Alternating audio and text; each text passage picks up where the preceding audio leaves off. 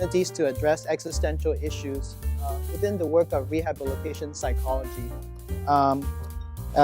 And rehabilitation psychology is typically done within the rather challenging parameters of managed care entities, which are workers' compensation boards and disability management companies, which are basically private insurance companies. I've titled the presentation, Making Meaning from Disability and Chronic Pain, Challenges and Opportunities During Occupational Rehabilitation. Just a brief word of introduction about myself. I'm Alex Kwee. I'm a psychologist with active licenses in British Columbia, Washington, and Illinois. I teach at Trinity Western University. Oh, I'm sorry, I'll speak louder then. The microphone is not working.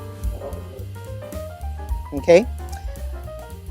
I teach at Trinity Western University, and I'm also a program psychologist at Back in Motion Rehabilitation, which is a Vancouver-based rehabilitation company. The majority of my practice is dedicated to rehabilitation psychology. So I'm going to start with just overviewing the objectives of this presentation.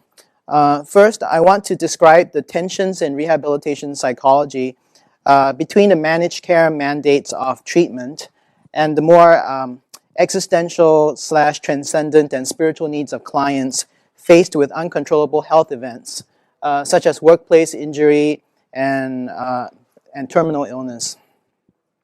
Secondly, I wish to propose that within managed care parameters, the empirically supported treatment modalities of acceptance and commitment therapy and motivational interviewing can be harnessed to help clients to connect to existential issues.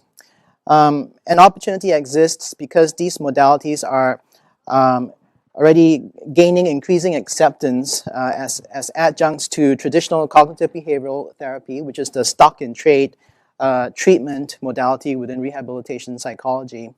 Unfortunately, their humanistic dimensions tend to be lost on the rehabilitation professionals who employ them. First, let me provide some context here to define terms that you'll be hearing over and over again in this presentation. Rehabilitation psychology refers to psychological treatment in the service of helping to restore functional capacities and facilitate return to work after injury or illness. Treatment is multidisciplinary. I work closely with other rehabilitation professionals like physicians, occupational therapists, physical therapists, as well as vocational counselors. Third-party payers are intimately involved in treatment, and these are your private insurance companies as well as state and provincial workers' compensation systems. A word about why third-party payers are involved. Multidisciplinary rehabilitation is a very expensive enterprise, and often it is just not possible without the deep pockets of managed care entities. Psychological treatment is synonymous with cognitive behavioral therapy, right? From the managed care entity's standpoint, balancing cost containment and treatment effectiveness means that they are only willing to fund evidence-based treatment, such as cognitive behavioral therapy within a multidisciplinary context, which has very strong empirical support for both its cost and treatment effectiveness. Okay. The goal of rehabilitation psychology is return to work, pure and simple. RTW, as they call it in the parlance, is a surrogate for treatment success, even though this is not always accurate.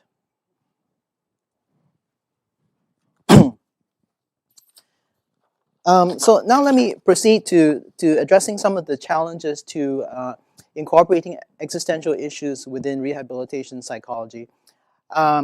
First of all, treatment is time limited, focused on pain management, functional improvement, and facilitating return to work.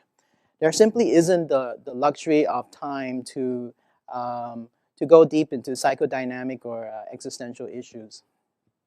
Right? Treatment must be focused on the compensable injury, whereby the psychological component is dealing with concomitant barriers to recovery. These include anxiety, depression, excessive pain focus, and stress that is attributed to the health event. Cognitive behavioral therapy is the expected treatment modality. Now, I just want to emphasize that this presentation is not an indictment of CBT. I myself practice out of the CBT orientation. I'm simply making the point that the toolkit of CBT is appropriate for addressing certain issues within rehabilitation psychology, but it is simply not adequate for addressing certain other issues, such as existential issues and spiritual issues that come up. And yet these are precisely the types of issues that are provoked within clients because of a life-changing health event like a workplace injury or terminal illness. Another challenge is the intimate involvement of third parties in treatment, as I've mentioned previously. Workers' compensation disability case managers are frequently poking their nose into treatment and reminding clinicians that their mandate is strictly to return workers to work and nothing else. You know, just patch them up and send them back to work, right? So one of the unfortunate realities is that the managed care ethos of cost containment does and often conflicts with the psychologist's ethic to or mandate to practice according to an ethic of beneficence and care. I want to now walk you through some different types of existential issues that are raised in return to work treatment, and illustrate each type of issue with an actual case from my caseload. Okay, the first type of existential issue is when the client derives his or her identity from work, and work is disrupted by permanent injury. A railroad worker suffers a head injury from a fall and sustains permanent cognitive deficits. Because of his safety-sensitive job, he has been reassigned to safer and less physical work. The loss of his position, which he held for over 20 years, and ongoing frustrations with memory and concentration deficits lead him to question his worth as a person, a male, and a provider. Second type of issue, when the client struggles with chronic pain and seeks to know the meaning of his or her suffering. For example, a client diagnosed with myofascial pain disorder and major depression raises the question of why me? She struggles to find a reason for her pain because she believes, I have always been a good person and never hurt anyone. Not infrequently do we hear clients compare their struggles to those of the biblical character Job. I just heard it again yesterday, right?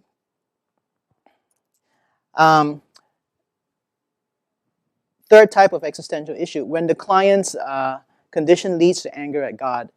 Faced with intractable pain from a back injury and the recent loss of his marriage, a hospital worker rages at God and speaks of losing his faith, believing that God is punishing him unjustly. And fourth, when the client faces issues of mortality due to fighting terminal illness. An example of this is a nurse is making her second attempt at return to work after treatment for breast cancer. She is hampered by fatigue and pain. She is deeply appreciative of life and wants to understand how to live it to the fullest. Her case manager expressed impatience that the first return to work attempt was suspended and believes that the client is not motivated enough. The client feels that she is simply honoring a commitment to, quote, take care of myself physically and spiritually, unquote. She states, the case manager doesn't get that I want to go back to work, but the big picture has changed.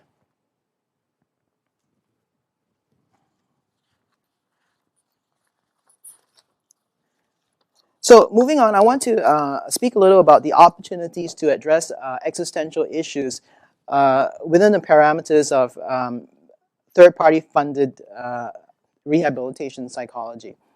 Right? As I've mentioned, two empirically supported modalities increasingly being used in conjunction with traditional CBT are acceptance and commitment therapy and motivational interviewing. How many of you are familiar with ACT? Mac? Just a couple of people. Okay. And what about motivational interviewing? Okay. It's a somewhat more long-standing and therefore quote-unquote famous modality, especially within treatment of addictions. These modalities have found application in pain management, increasing treatment motivation, and in promoting medical adherence. Unfortunately, all too often they are applied as technologies in a really mechanistic sense, and their humanistic philosophical orientations are frequently lost on the rehabilitation professionals who employ them, right? So let me begin by talking about the first of these two modalities, acceptance and commitment therapy, and speaking a little bit about ACT's philosophical underpinnings. Now, ACT is a fairly new development in the field of psychotherapy.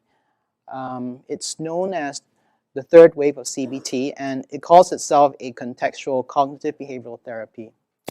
It has strong and growing empirical support in the literature. The American Psychological Association's Division 12, which is the Society for Clinical Psychology, lists ACT as one of the empirically supported treatments with quote-unquote modest research support, the equivalent of a quote probably efficacious treatment based on the accumulated research evidence so far.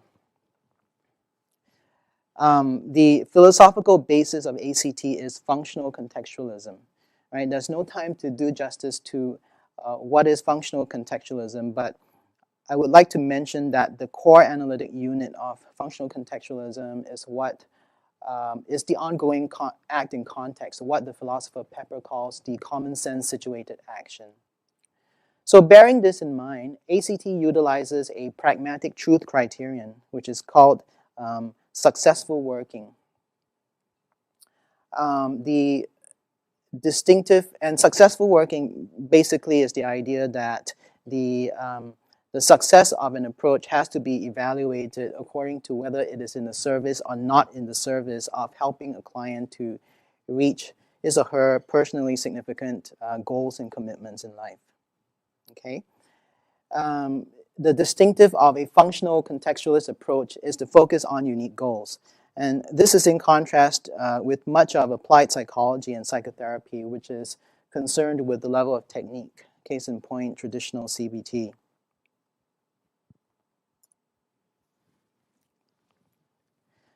Now, the choice of a goal in contextualism is pre-analytic. The goal is the starting point and the means of analysis.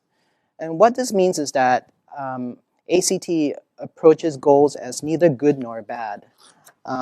They simply exist pre-analytically and they have to be owned as such.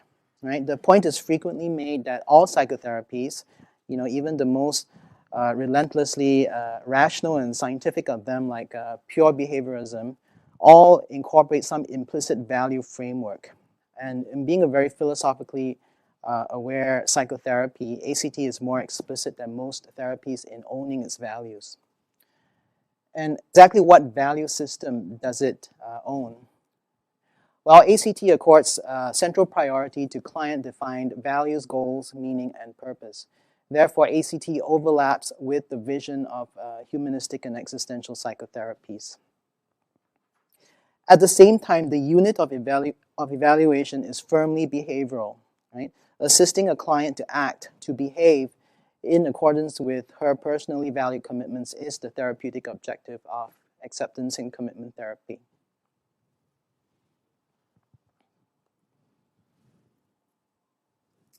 So we go back to the criterion of successful working, where the effectiveness of an approach is evaluated in terms of its successfulness in whether it helps a client to reach his or her personally significant goals and commitments.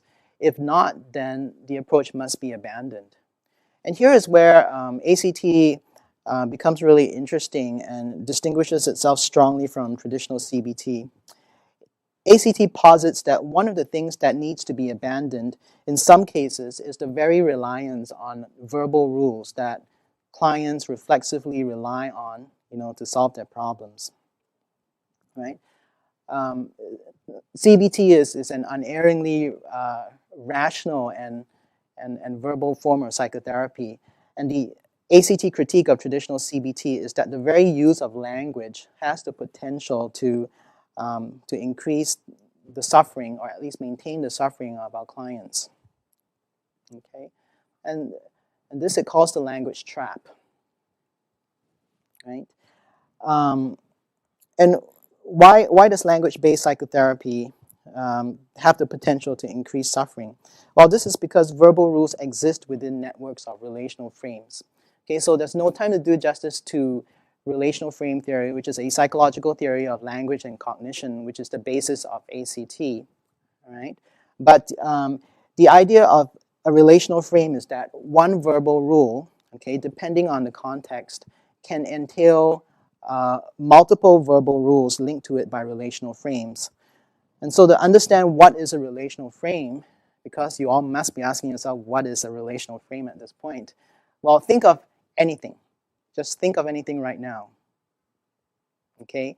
Now, because of your reflexive use of language, you are now capable of linking that thing you have in mind to an infinite number of other things that are linked to the thing you have in mind by some category of relationship. Okay?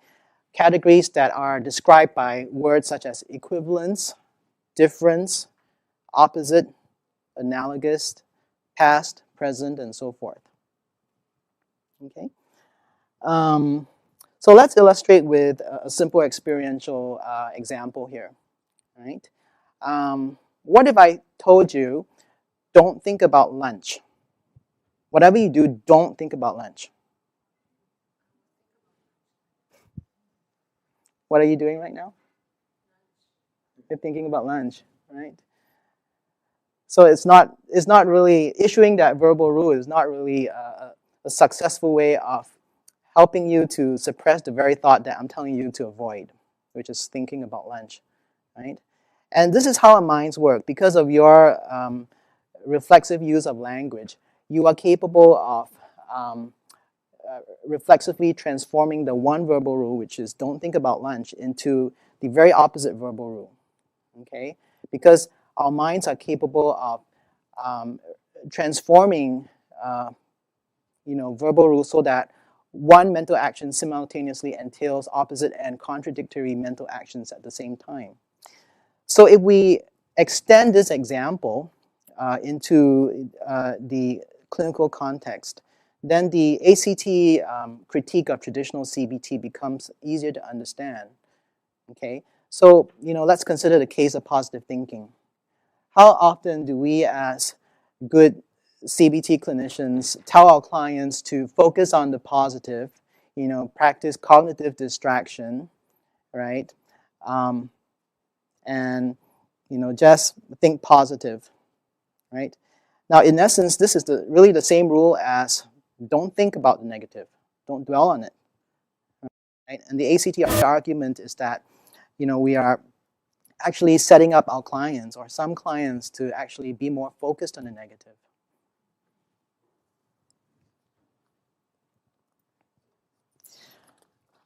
Well, this is not a presentation about ACT, and so we're not going to go into detail about the techniques of ACT, but I do want to make brief mention of the quote-unquote technology of acceptance and commitment therapy.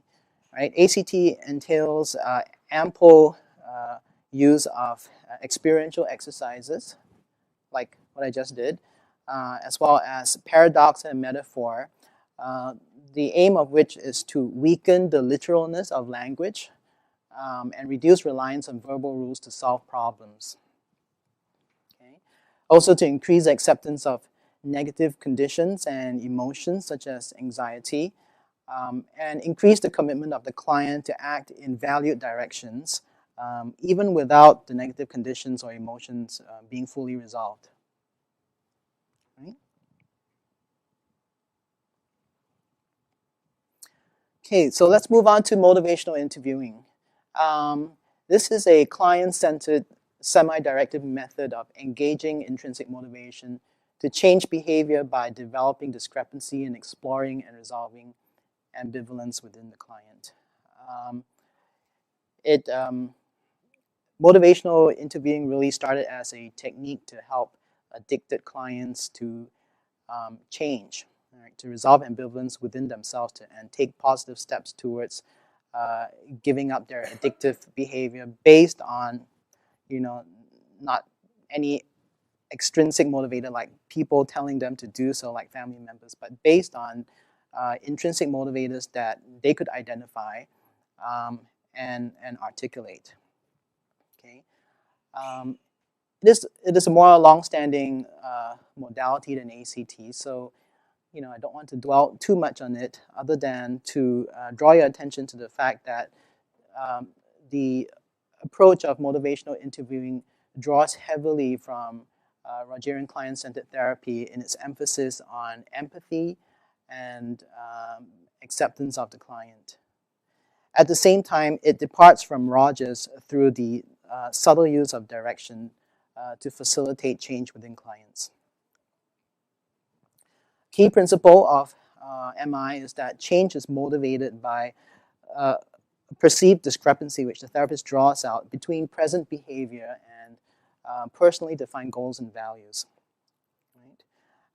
And motivational interviewing involves assisting clients to define their current and ideal selves and then to pursue movement towards the ideal. So, viewed from a humanistic lens, MI is not only facilitative of positive change, but it is facilitative of change towards self-actualization. Very humanistic.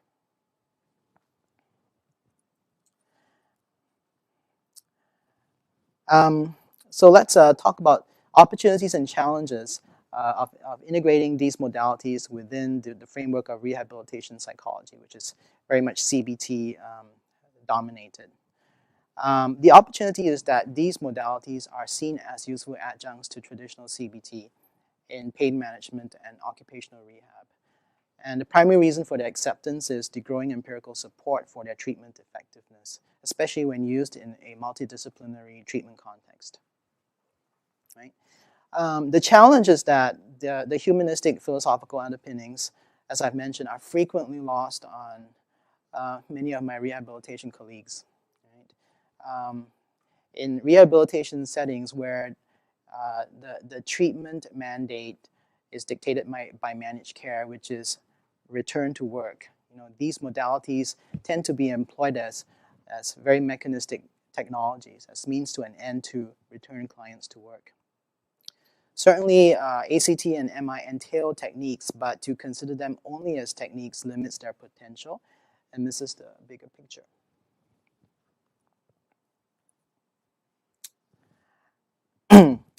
So I want to end by just revisiting one of the cases that I introduced briefly earlier, and talking a little about how motivational interviewing and acceptance and commitment therapy was integrated into return to work treatment, and talking a little bit about how the case resolved. Handouts. Would y'all like handouts of this PowerPoint? Yeah?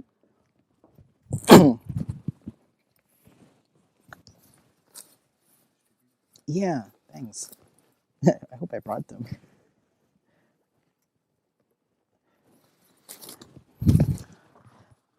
Handouts are useful because the case is appended to the back of the PowerPoint presentation, and it's not on the screen.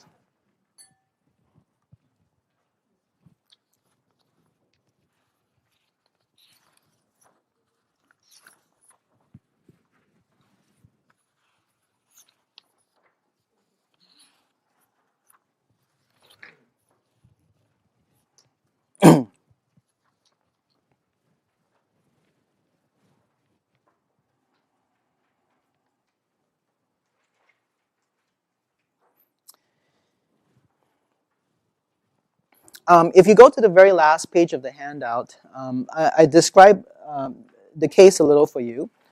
But first, let me read the setup again. A nurse is making her second attempt at return to work after treatment for breast cancer. She is hampered by fatigue and pain. She is deeply appreciative of life and wants to understand how to live it to the fullest. Her case manager expressed impatience that the first RTW attempt was suspended and believes that the client is not motivated enough. The client feels that she is simply honoring a commitment to take care of myself physically and spiritually. She states, the case manager doesn't get that I want to go back to work, but the big picture has changed. So just for the sake of time, I'm just going to read over the last page of the handout, okay, just to describe a little for you the case and how it resolved. The client received 5 CBT-oriented sessions during her rehabilitation and 8 sessions during her graduated return to work or GRTW program. CBT emphasized the usual issues of pain management, stress management, quota-based activity pacing, cognitive restructuring of work fears, relaxation training, assertiveness, and ability to set boundaries. This was our focus during those 5 sessions when she was in rehabilitation. Nevertheless, towards the tail end of those sessions, it became apparent that the difficulty was not return to work per se, but how return to work fit within the changed big picture of the client's life. And this is reflected in her statement at the end of, the scenario on the screen. A first return to work attempt failed after only 2 weeks because the client was hampered by fatigue and generalized soft tissue pain due to her suppressed immune system. Because motivation was deemed to be suspect, motivational interviewing was applied to assist the client in compliance with activity goals and pain management techniques. It was in the course of discussing personally significant values and goals that the client disclosed that confronting her own mortality had caused her to question the basic purpose and meaning of her life. Even though she wanted to return to work, this goal by itself was not intrinsically important enough. Therapy helped the client to articulate some of her basic values and commitments. She wanted to be a better sister and daughter. She wished to be more committed to her Catholic faith. She wanted to travel. She wanted to visit her brother in the Philippines who was incapacitated by stroke. ACT assisted the client to reorient how she lived her life back to these fundamental valued commitments. She learned to delink pursuing her commitments from her fatigue, pain, and fear. She came to see these as separate verbal events, whereas she had formerly lived under an implied if-then rule, which was, if I can get my health back, then I can go back to the business of living. She realized that she can have her pain and health fears and still choose to act according to her values and commitments.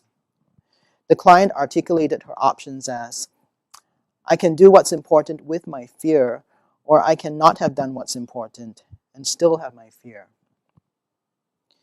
Therapeutic outcome. The client ultimately completed a second GRTW program successfully. She is doing well at work and has set healthy parameters around her job. She reports to be living the life she now wants, one that is more congruent with her values, and she is less concerned with what people think of her. She talks excitedly about visiting her brother in the Philippines, even though she knows that the trip will be emotionally and physically hard on her. She still struggles with fatigue and pain, but expressed that she has never felt more connected to life.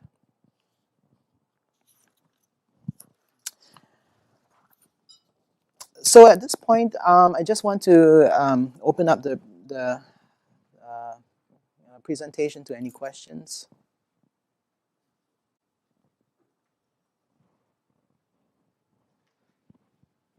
Oh, yes, ma'am. But from the point of view of case manager, not very successful. She's not going on as Yeah. I have my mandate. Mm-hmm. From the point, you're right, from the point of the case manager, it was not successful the first time around, but she did ultimately fulfill the mandate of return to work, even though it cost the company more sessions than they would have liked to pay for. Yeah. Could you, if had the model and the case manager had a full ACT model in place at the beginning, do you think it might have been able to improve the outcome from the case manager's point of view? Or not? I don't know. That's a hard question. But Yeah, and it's a good question. You know, to the extent that case managers are not trained clinicians, they oftentimes have degrees completely unrelated to health. I've worked with an architecture major, I've worked with a kinesiologist. These people are not well versed in psychology and psychotherapeutic outcome research, right? So they don't appreciate arguments like, ACT is a beneficial modality and it has growing empirical support in the literature. They're very much fixated on traditional CBT because that is what historically, has been the stock in trade modality within rehabilitation psychology. So, I think it's a function of educating case managers on the value of modalities like motivational interviewing and ACT, but they have to be willing to listen, and many of them are not.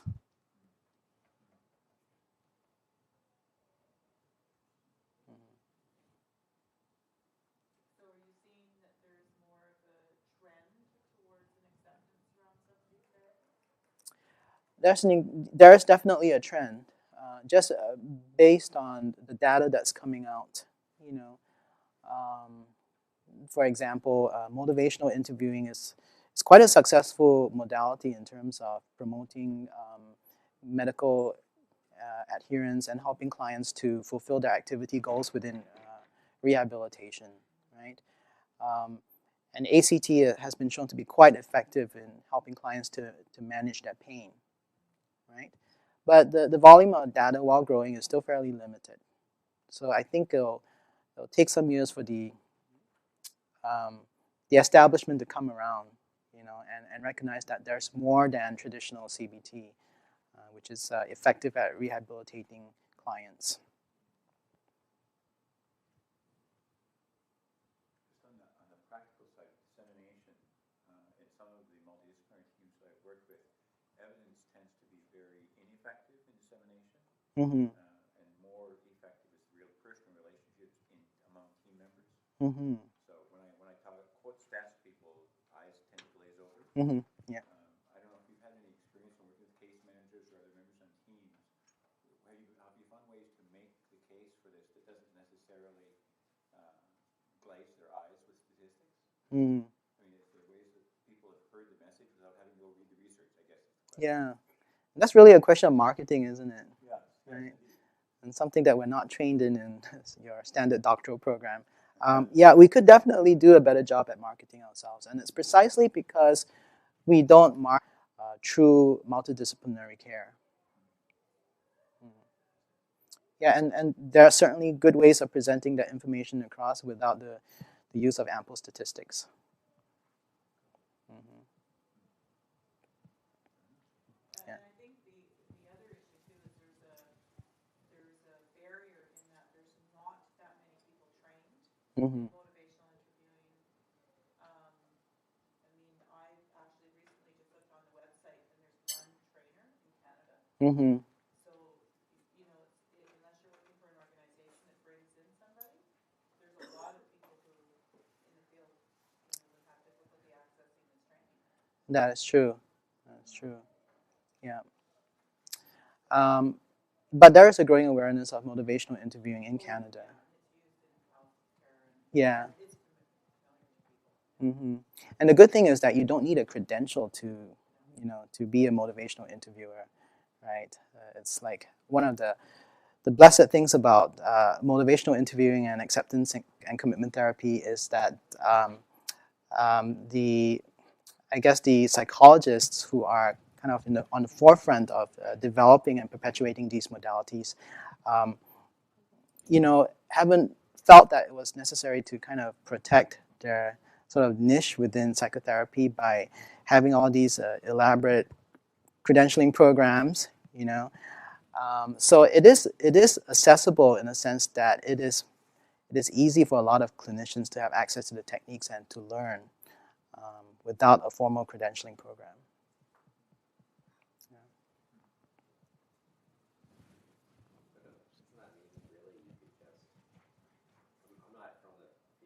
Hmm.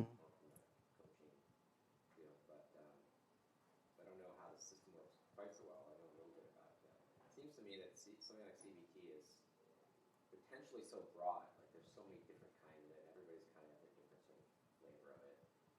And so the case you're presenting almost sounds like you kind of need approval from regulations and authorities to do motivational interviewing in ACT. But do you really? I mean, couldn't you just sort of embed it in your regular therapy, whether you're calling it CBT or something else? I just subsume it within CBT and I say I'm using an evidence-based treatment.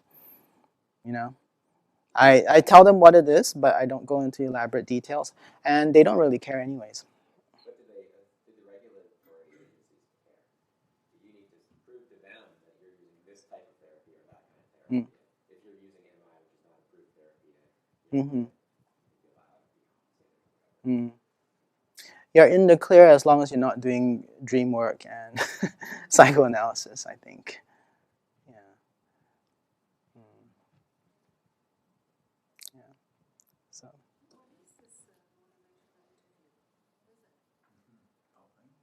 Yeah. Motivational interviewing is actually a modality that comes out of the trans-theoretical model of change, the stages of change model, right?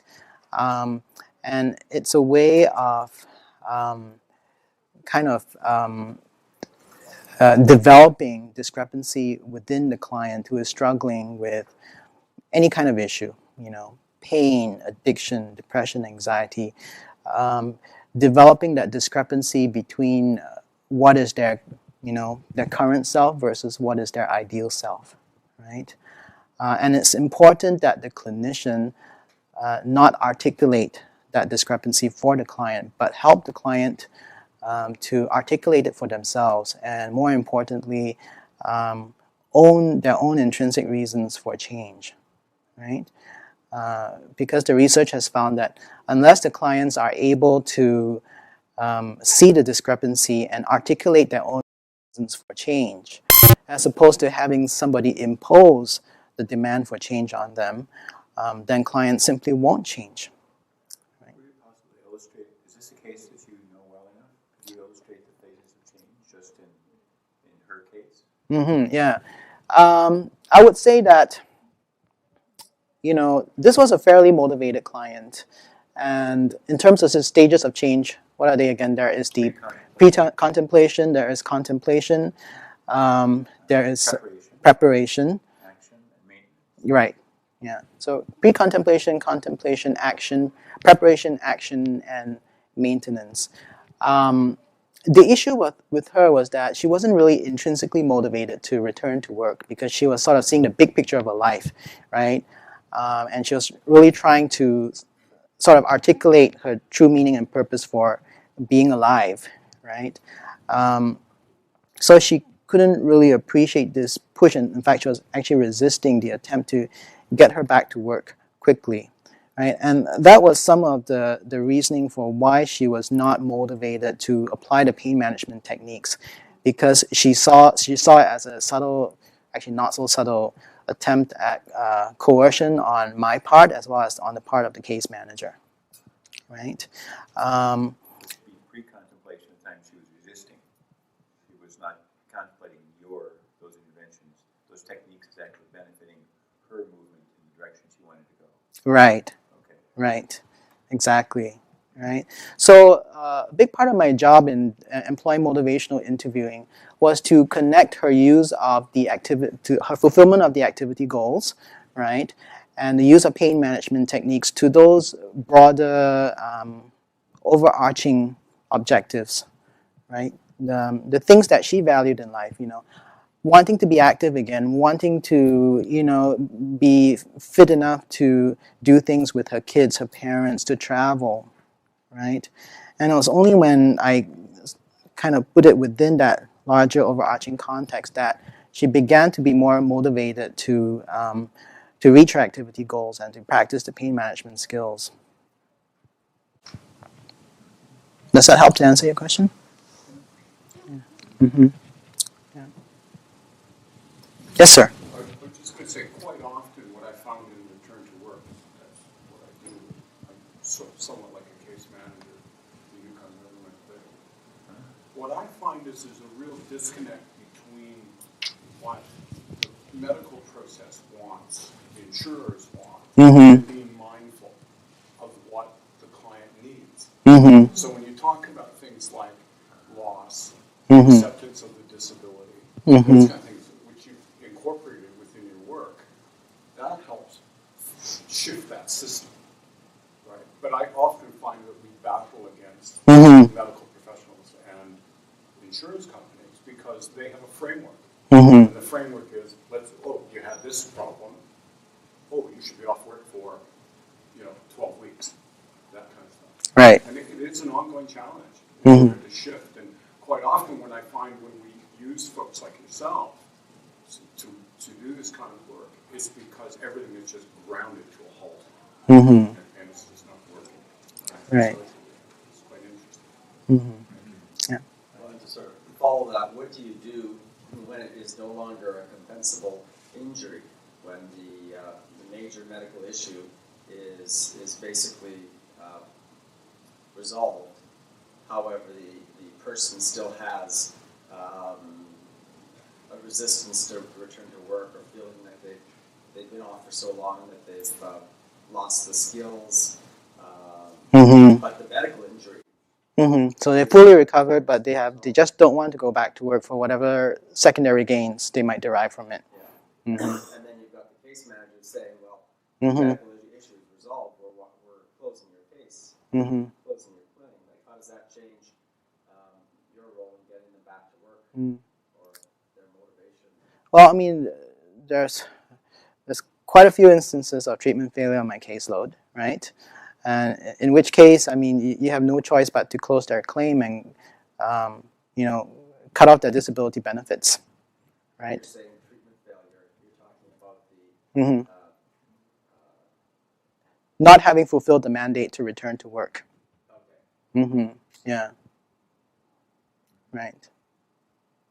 So I'm sorry. Have I misunderstood your question, or have I sort of? What do you do at that point? I mean, is it a simple matter of closing the claim, or? Yeah, I guess from the standpoint of the case manager, you just close the claim and just cut them off. It's interesting because the way I would look at that is the insurer may not be involved. The outside practitioners might not be involved. The employer still has a duty to accommodate. So what does that look like? Does that look like a different job, a temporary job, or in fact no job at all? So I think the employer still has an obligation to take that step further. Yeah, and I work in the area where, as an employer, yes, we accommodate. And if the person can only work 50%, then that's fine. However, if what they're missing is 50% of their income, and that's where they need to go to the insurance company to fill that right. Yeah. But from the employer's perspective, that's fine. If all you can work is 50%, okay. But from the employee's perspective, is saying you need to accommodate me in terms of I need full 100% income. But that's where the insurance company comes in. And they're saying, no, that the issue is resolved. Yeah, it depends. I mean, sometimes what we'll do is we'll go a step further and ask for another independent medical. So then what we're doing is we're saying, yes, this medical piece is resolved. However, there is this ongoing other piece, psychological piece, that's interfering, that's getting in the way and creating that problem. Sometimes we're successful, sometimes we're not. But where does that lead you, though? So it goes back to an appeal process with the insurer. An appeal process. And sometimes I've used back in motion for those kind of assessments further on to make that connection to say that yes, there's a physical injury and there's a psychological injury, and how do you bring those two together? Because sometimes even though you can talk to, let's say, Sun Life or one of the other insurers about it, they got to see it, and so often you can use independent evaluations to get that kind of information. Why is the person's medical practitioner not communicating that to the insurance company? It's a $64,000 question. Well, I'm glad that I had you to defer that question to, since you're an actual case manager. So thank you.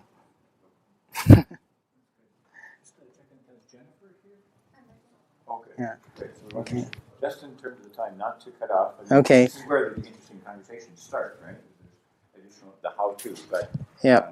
And I just want to make sure that we have a chance to transition. Thank you. Absolutely. Yep. Thank you.